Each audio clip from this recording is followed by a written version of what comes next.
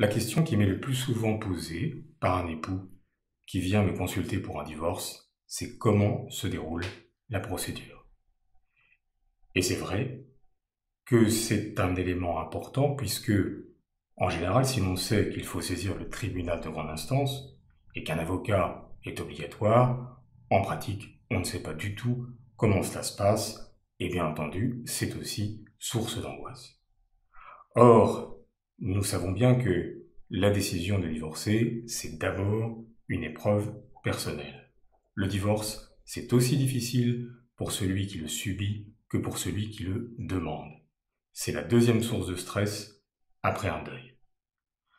En tant qu'avocat, on sait bien que le divorce est un traumatisme affectif, mais nous n'avons pas les moyens de répondre à cette question. La simple chose que l'on peut faire, c'est accompagner, guider, conseiller nos clients pendant cette procédure qui, en définitive, va constituer un chemin entre un avant et un après, dans le respect de chacun, dans le respect des droits de chacun, bien entendu, et surtout en privilégiant l'intérêt des enfants, ce qui doit constituer une priorité, bien entendu, lorsqu'il y en a. Alors, comment se déroule la procédure ? Eh bien, c'est très simple. Dans le Code civil, il y a 4 cas de divorce. Il n'y en a pas 36, il y en a 4. Le premier cas de divorce, c'est le divorce par consentement mutuel. Le deuxième cas de divorce, c'est le demandé accepté. Le troisième cas de divorce, c'est la rupture irrémédiable du lien conjugal. Et le quatrième cas de divorce, c'est le divorce pour faute.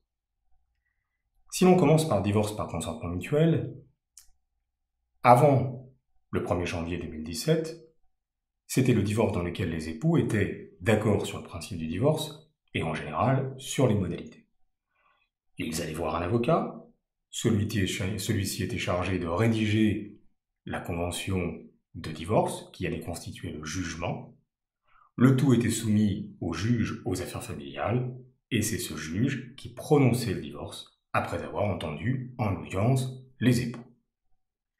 Depuis le 1er janvier 2017, ce divorce a été modifié et c'est aujourd'hui ce que l'on appelle le divorce sans juge. Alors la grande différence, c'est que désormais, il faut que chacun des époux soit assisté de son propre avocat. Les 2 avocats vont rédiger ensemble la convention de divorce et lorsque les formalités pratiques auront été accomplies, eh bien, cette convention sera transmise à un notaire qui sera chargé de la déposer au rang des minutes de son étude. Il va établir un certificat de dépôt qu'il adressera à l'un des avocats et cet avocat transcrira le divorce en marge des actes de naissance et de mariage, bien entendu, de chacun des époux. C'est un divorce, on peut dire lorsque l'on s'entend, qui demeure tout à fait d'actualité. C'est sans doute le plus simple, le plus respectueux, mais il faut qu'il y ait un accord global sur le principe et les conséquences du divorce, comme vous l'avez compris. Pour les 3 autres cas de divorce, on entre là dans la procédure qui va être une procédure judiciaire. L'époux qui souhaite divorcer doit aller voir un avocat et avec celui-ci, il va élaborer la requête en divorce qui sera adressée au juge aux affaires familiales. Cette requête, elle doit obligatoirement comporter les modalités pratiques que l'époux demandeur envisage pour la procédure de divorce. Alors, quelles sont ces modalités ? En règle générale, elles sont au nombre de 4. La première, c'est qui va occuper le logement familial, puisque si on se sépare, il faut bien qu'il y en ait un des 2 qui parte, à titre onéreux ou à titre gratuit, qui paye les emprunts. La deuxième question, ça va être bien entendu la question des enfants, maintien de l'autorité parentale en commun, résidence habituelle de ces derniers, droit de visite et d'hébergement pour l'autre parent, la question de la pension alimentaire. La troisième question qui peut se poser, c'est est-ce que l'un des époux a besoin d'une pension alimentaire ? Ça, c'est dans l'hypothèse où il y a une disparité dans les ressources et charges de chacun. La quatrième question qui peut se poser, c'est est-ce que l'on désigne un notaire pour liquider le régime matrimonial des époux. Bien entendu, il peut y avoir d'autres questions pratiques qui se posent, mais en règle générale, c'est les 4 points qu'il faut examiner et pour lesquels et que doit comprendre la requête. Lorsque cette requête elle est élaborée, eh bien, elle est déposée par l'avocat au greffe des affaires familiales et c'est le greffe du juge qui va convoquer l'autre époux à l'audience de conciliation. Il faut préciser que, et c'est un point important, le tribunal compétent, c'est celui du lieu de résidence des enfants, à défaut le lieu de résidence du défendeur. Les 2 époux sont donc convoqués à l'audience de conciliation devant le juge et à cette audience de conciliation, la première question qui va se poser, c'est est-ce que les époux acceptent de signer un procès-verbal d'acceptation du principe de la rupture sans considération des faits à l'origine de celui-ci. Je le dis de mémoire, mais c'est le texte du Code civil. Qu'est-ce que ça veut dire? Ça veut dire qu'au stade de la conciliation, les 2 époux peuvent accepter le principe du divorce. Ce principe du divorce veut dire qu'ils ne discuteront plus ensuite du pourquoi ou du comment, ils ne vont pas échanger des arguments pour établir les torts de chacun. Le divorce est acquis. Il n'est pas prononcé à l'audience de conciliation, il sera prononcé plus tard, mais le principe du divorce est acquis. Mais même si le principe du divorce est acquis, les époux peuvent toujours discuter ensuite des conséquences de leur divorce. Mais, vous l'avez compris, le divorce est acquis. Alors, pour que ce procès-verbal soit signé, il est absolument obligatoire que les 2 époux soient accompagnés d'un avocat. Si le procès-verbal est signé, il n'y a pas de difficulté. Deuxième situation, l'un des 2 époux, le époux défendeur, vient sans avocat. Dans cette hypothèse, le procès-verbal ne peut pas être signé. Si l'époux vient avec un avocat et refuse de signer le procès-verbal, il en a parfaitement le droit, alors, dans cette hypothèse, l'époux demandeur va être dans la situation d'attendre un délai de 2 ans avant de pouvoir divorcer.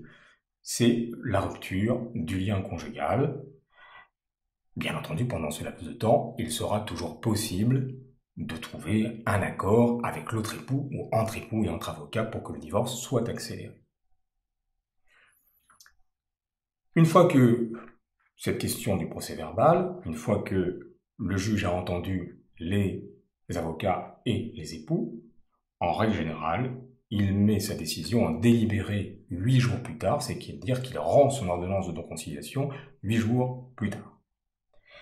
Dès lors que l'ordonnance de non-conciliation a été rendue, l'époux demandeur à la procédure peut passer à la 2e phase du divorce, qui est la délivrance de l'assignation en divorce, et qui va donner lieu au jugement de divorce. Comme vous l'avez compris, je vous ai parlé du divorce par consentement mutuel, du divorce par acceptation du principe de la rupture, c'est lorsque les 2 époux, à l'audience de conciliation, ils peuvent le faire après, mais régularisent ce procès-verbal d'acceptation du principe de la rupture.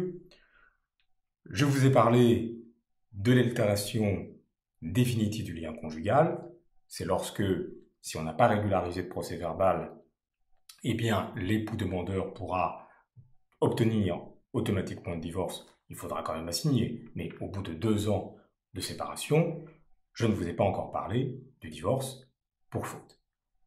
C'est pourtant le 4e cas de divorce, mais c'est vrai que, en tant qu'avocat, on utilise de moins en moins ce divorce pour faute, pour 2 raisons principales.